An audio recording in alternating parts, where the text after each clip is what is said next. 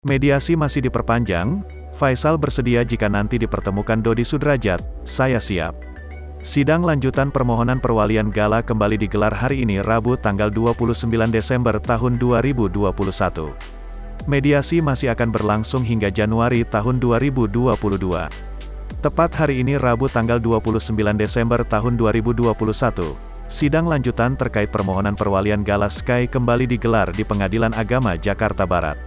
Sidang hari ini beragendakan pembacaan hasil mediasi antara kedua belah pihak yang bersangkutan, yakni Faisal dan Dodi Sudrajat. Ayah Bibi Ardiansyah, Faisal, tampak hadir dengan ditemani oleh kuasa hukumnya yakni Sandi Arifin. Sementara itu, Dodi Sudrajat selaku ayah Vanessa Angel justru absen dalam sidang kali ini. Dodi mewakilkannya pada sang kuasa hukum, Tegar Firmansyah. Kuasa hukum Faisal pun membeberkan terkait hasil sidang yang telah digelar hari ini. Sandi Arifin menyebut mediasi masih terus berjalan hingga tanggal 12 Januari tahun 2022 mendatang.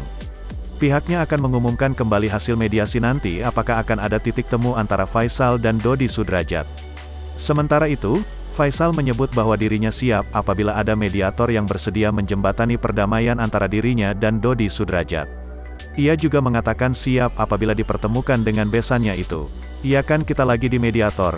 Untuk pertemuan di luar kalau ada yang mau memediator ya kita siap saja," kata Faisal, dilansir Tribun Style dari YouTube Intens Investigasi pada Rabu, tanggal 29 Desember tahun 2021.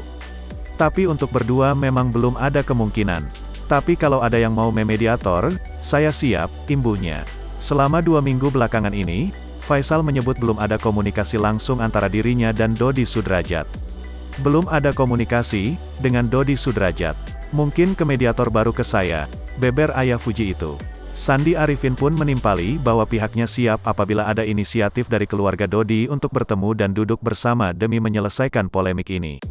Nanti akan kita coba melalui pihak yang bisa menyambungkan atau menyampaikan dari pihak sana ada inisiatif. Kita juga siap, ucap Sandi Arifin mengakhiri.